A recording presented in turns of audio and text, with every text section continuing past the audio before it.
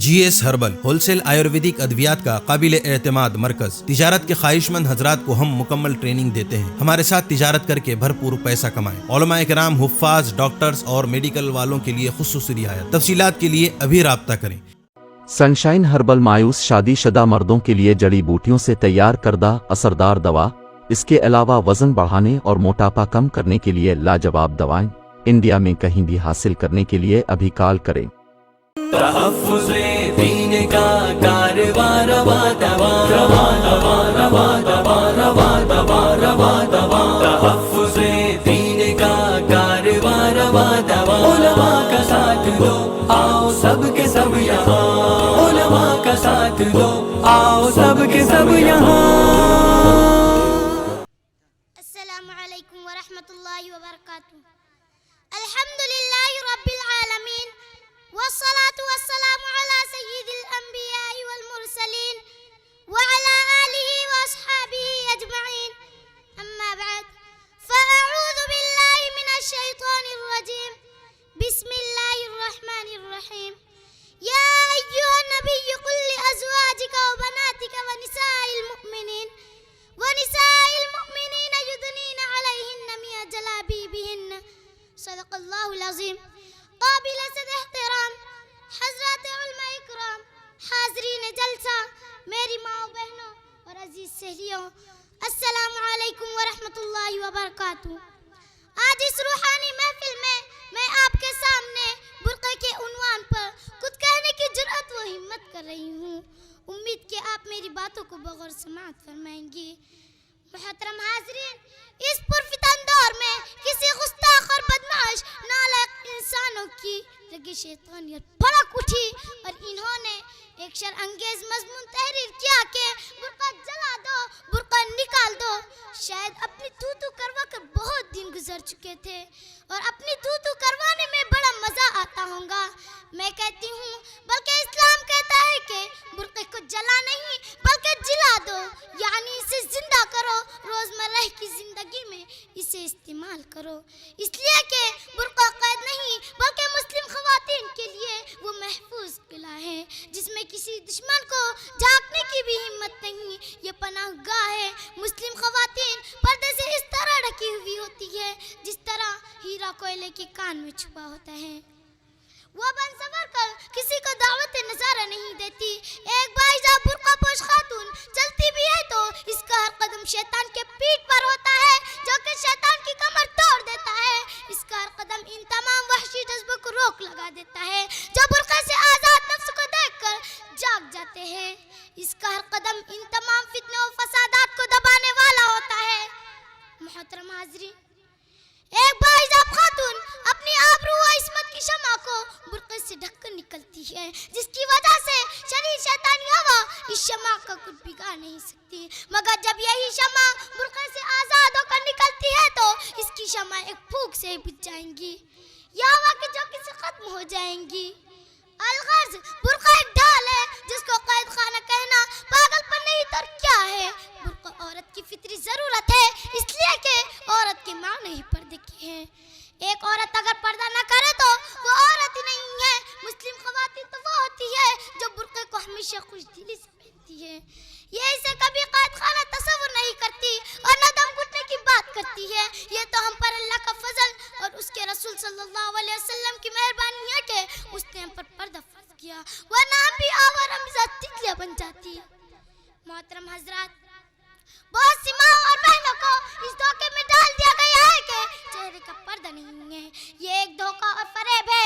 اسلام میں چہرے کے پردے کو ضروری اور لازم قرار دیا اور وہ حالت نماز ہے جس میں چہرہ، دونوں ہاتھ اور دونوں قدم کھلے رکھنے کی اجازت ہے۔ پتہ چلا کہ نماز سے باہر چہرہ کھلا رکھنے کی اجازت نہیں ہے۔ نیز برقع کے تعلق سے علماء نے ایک اہم بات یہ بھی لکھی ہے کہ برقع بالکل سادہ ہونا چاہیے، فیشنیبل نہ ہو، کیونکہ برقع کا مقصد ہی پردہ ہے۔ آج کل تو ہمارے برقع ایسے ہیں کہ لوگوں کو اپنی طرف متوجہ کرتے ہیں۔ باہر سے دیکھنے والوں کو یہ محسوس ہوتا ہے کہ شاید برقع کے اندر حور کی بچی چل رہی ہے۔ ایسے برقع سے ہمیں احتیاط اور پرہیز کرنا چاہیے، کہیں ایسا نہ ہو کہ یہی برقع ہمارے لیے وبال جان بن جائے۔ معزز سامعین، ایک اور بات جس کا